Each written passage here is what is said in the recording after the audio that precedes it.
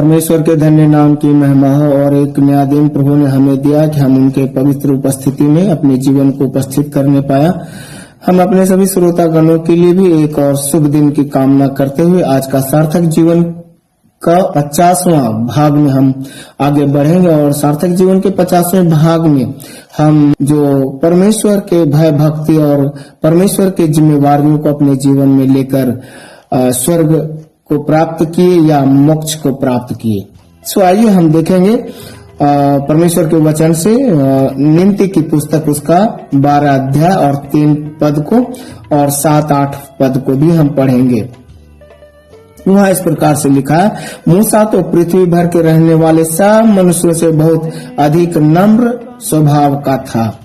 Now the man Moses was very humble, humbler than anyone else on earth. मेरा दास मूसा ऐसा नहीं है, वह तो मेरे सब घराने में विश्वास योग्य है।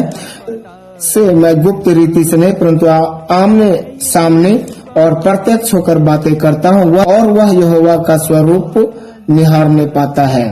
My servant Moses is not like that. He is faithful in all my house. I speak to Moses directly, not with vision or riddles. He sees my front. Sanskrit का एक श्लोक है, आत्मान मात्मना सत्योजिता स्वर्गोनो संशय, अर्थात जिसने स्वयं को अपने मन से सत्य में जीत लिया उसके लिए स्वर्ग में कोई संशय नहीं है या संदेह नहीं है। यानी जो आत्म विजेता है वास्तव में वही स्वर्ग विजेता है। इस श्लोक में 3 विचार छिपे हैं और वह हम विचारों के आधार पर हम मूसा का जीवन, प्रभु के दास संत पौलुस का जीवन अध्ययन करेंगे। हम यहाँ पर देखते हैं कि प्रभु के दास मूसा के जीवन में आत्मनियंत्रण और सत्य और ईश्वर प्राप्ति के जो विचार है हम देखेंगे। One who has conquered himself through the purity of his mind and by walking in truth, there is no doubt that heaven is reserved for him. The pure essence expressed here is first self-control and purity of mind, second the path of truth, third the highest reward or heaven or moksha. So today, based on the spirit of this verse means slok, we will shed light on the life of 2 individuals from the Holy Bible based on first self-control, second truth and third God realization. First we will look at the life of Moses in Numbers chapter 12 verse 3 and 7 to 8। श्लोक का मूल जो विचार है सत्य का मार्ग, जो पहली बात है। मूसा ने मिस्र के ऐशो आराम और फिरौन के महल को छोड़कर ईश्वर के सत्य को अर्थात यहोवा परमेश्वर को उसने चुना और उन्होंने ईश्वर द्वारा दिए गए निर्देश का पालन किया और ईश्वर के द्वारा दिए गए 10 आज्ञाओं 10 कमांडमेंट के रूप में सत्य और न्याय के नियम जो इस्राएलियों को दिए। सेकंड थिंग्स आत्मनियंत्रण और समर्पण। हम ये बात मूसा के जीवन में देखते हैं। उन्होंने 40 वर्ष तक निर्जन रेगिस्तान में लाखों इस्राएलियों का नेतृत्व किया। यह एक अत्यंत कठिन, धैर्यपूर्ण और आत्मसमर्पित कार्य था जिसके लिए असाधारण आत्मनियंत्रण की आवश्यकता थी। ठीक वैसे ही जैसे आत्मान मतमना सत्योजिता, स्वयं को मन से सत्य में जीतना, ये बताया गया है। थर्ड थिंग्स उच्चतम फल, हाई लेवल रिवॉर्ड। हम देखते हैं कि सारे बातों के बावजूद भी ईश्वर ने चुना और वे पवित्र शास्त्र के सबसे महान भविष्यवक्ताओं में से एक माने जाते हैं, जिन्होंने अपने लोगों को वादा की गई भूमि के द्वार तक पहुंचाया। सेकंड पर्सन संत पौल के जीवन को हम देखेंगे।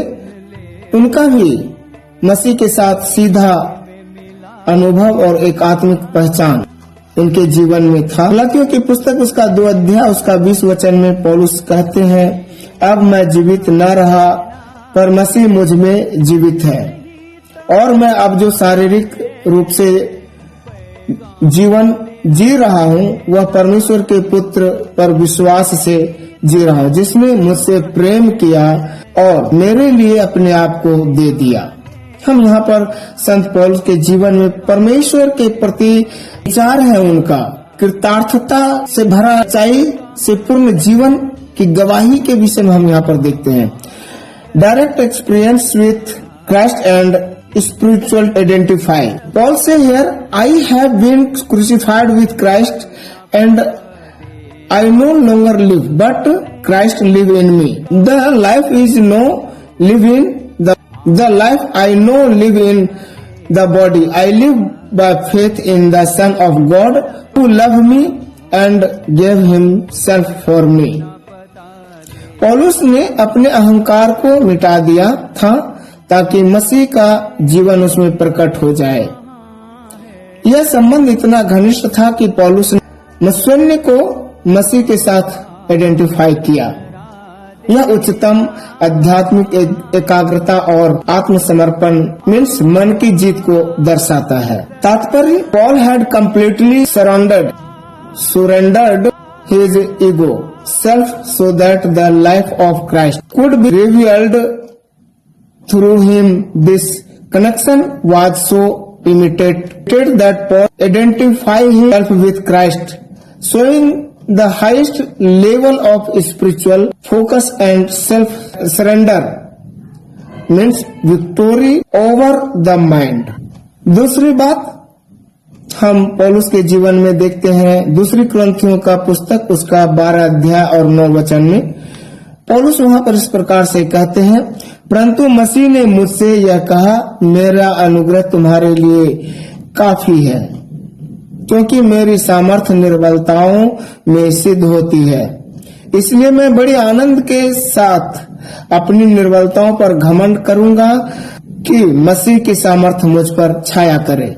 But he said to me, my grace is sufficient for you, for my power is made perfect on weaknesses. Therefore I will boast all the more glory about my weaknesses, so that Christ's power may rest on me. पौलुस को अपनी शारीरिक या मानसिक कमजोरियां होने के बावजूद परमेश्वर ने उसे चुना और सांत्वना दिया। उसका घनिष्ठ संबंध इस बात में था कि वह अपनी मानवीय निर्बलता में भी परमेश्वर के उस पावर को, परमेश्वर की उस दया को, उस शक्ति को वो अनुभव कर सकता था। परमेश्वर का अनुग्रह उसके लिए व्यक्तिगत रूप से पर्याप्त था। This passage connect Paul's relationship with God to divine mission.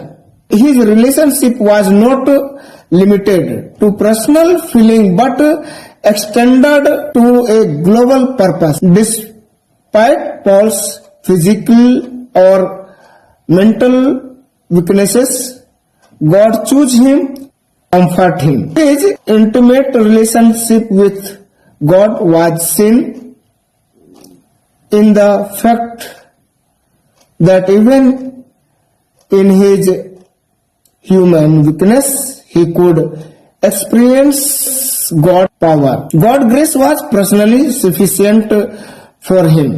Third things, तीसरी बात हम देखते हैं, पौलुस कहते हैं, तुम्हारे लिए मुझ पर परमेश्वर के उस अनुग्रह के प्रबंध के खबर तुम सुन चुके हो जो उसने मुझे दिया, अर्थात यह भेद मुझ पर प्रकाशित हुआ। ये बातें पौलुस इफिसियों की पत्री उसका 2-3 पद में उन्होंने कहा।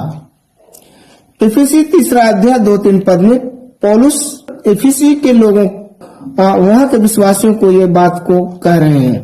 Surely you have heard about the administration of God's grace that was given to me for you. That is the mystery known to me by revelation. ज्ञान की असाधारण गहराई हम यहाँ पर देखते हैं। यह पद दर्शाता है कि पौलुस को परमेश्वर ने रहस्यों का ज्ञान दिया था, जिससे उसका संबंध परमेश्वर के साथ विशेष हो गया था। These words show that God had granted Paul unique insight into divine mysteries, making his relationship with God special. पौलुस का परमेश्वर से केवल संबंध केवल आज्ञा पालन का नहीं था, बल्कि गहरे ज्ञान और रहस्योद्घाटन का था। परमेश्वर ने उसे कलीसिया के सार्वभौमिक सत्य, गैर यहूदी लोगों को भी मसीह में स्थान मिलेगा, इस बात को समझने की विशेष क्षमता दी, जिससे उसको प्रेरित के रूप में सार्थकता सिद्ध हुई। यह पद दर्शाता है कि पौलुस का परमेश्वर के साथ संबंध, पहली बात आंतरिक परिवर्तन, दूसरी बात ईश्वरीय शक्ति पर निर्भरता और तीसरी गहरे ज्ञान पर आधारित था। Paul's relationship with God was not merely based on obedience but on deep spiritual knowledge and revelation. God gave him the ability to understand universal truth of the church, such as the inclusion of Gentiles in Christ, proving his significance as an apostle. This verse shows that Paul's relationship with God was rooted in three things. First, inner transformation. Second, dependence of divine power. Third, deep spiritual revelation.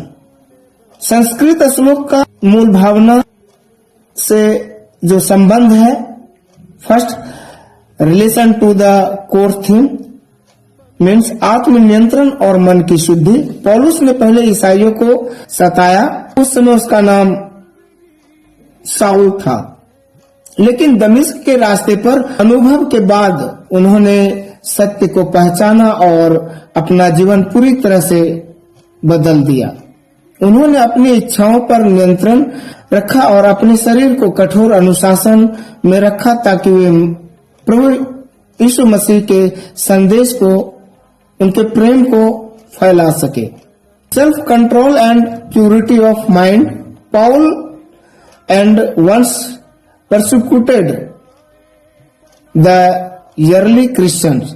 His name then was Saul. But after his encounter on the road of Damascus, found that he expressed control over his desire and keep his body under strict discipline, so that he could faithfully spread the message of Christ. Next, सत्य पर विजय। उन्होंने अपनी पिछली गलतियों और विचारों पर विजय प्राप्त किया। उन्होंने मसीह के सुसमाचार के सत्य को फैलाने में अनेक कष्ट सहे।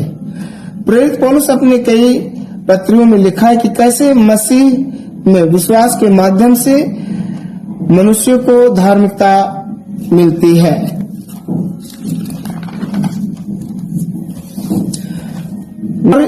Victory through truth.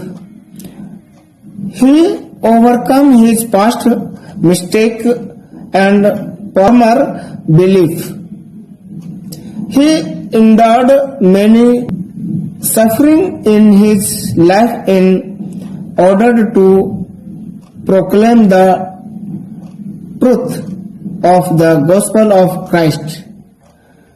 In many of his letters, the Apostle Paul write about how righteousness and truth come through faith in Christ. Thirdly, उच्चतम फल। पौलुस स्वयं को मसीह यीशु का सेवक और प्रेरित मानते थे। उनके पत्री की पत्री, कुरिन्थियों की पत्री आदि में आज भी ईसाई धर्म के मूलभूत सिद्धांतों का आधार है और उन्हें स्वर्ग का सुनिश्चित प्रतिफल प्राप्त करने वाला माना जाता है। ये दोनों व्यक्ति अपने जीवन में आंतरिक और बाहरी संघर्ष पर विजय प्राप्त करने, सत्य के मार्ग पर दृढ़ रहने और ईश्वर के प्रति पूर्ण समर्पण करने के लिए जाने जाते हैं, जो इस श्लोक के मूलभूत भावना या विचारों को दिखाता है। The highest reward, Paul considered himself a servant and apostle of Christ Jesus. His epistles, Romans, Corinthians, etc. remain foundational to the core doctrines of the Christian faith, and he is regarded as one who received the aged reward of these two biblical figures are known for overcoming internal and external struggles, remaining steadfast on the path of truth and demonstrating complete devotion to God, perfectly reflecting the control central spirit of this verse. Once again, I earnestly request all of you that if today message has blessed you or like it, please like and share to others and become a fellow worker with the Lord Jesus Christ and receive your faith with compassion and meaningful life.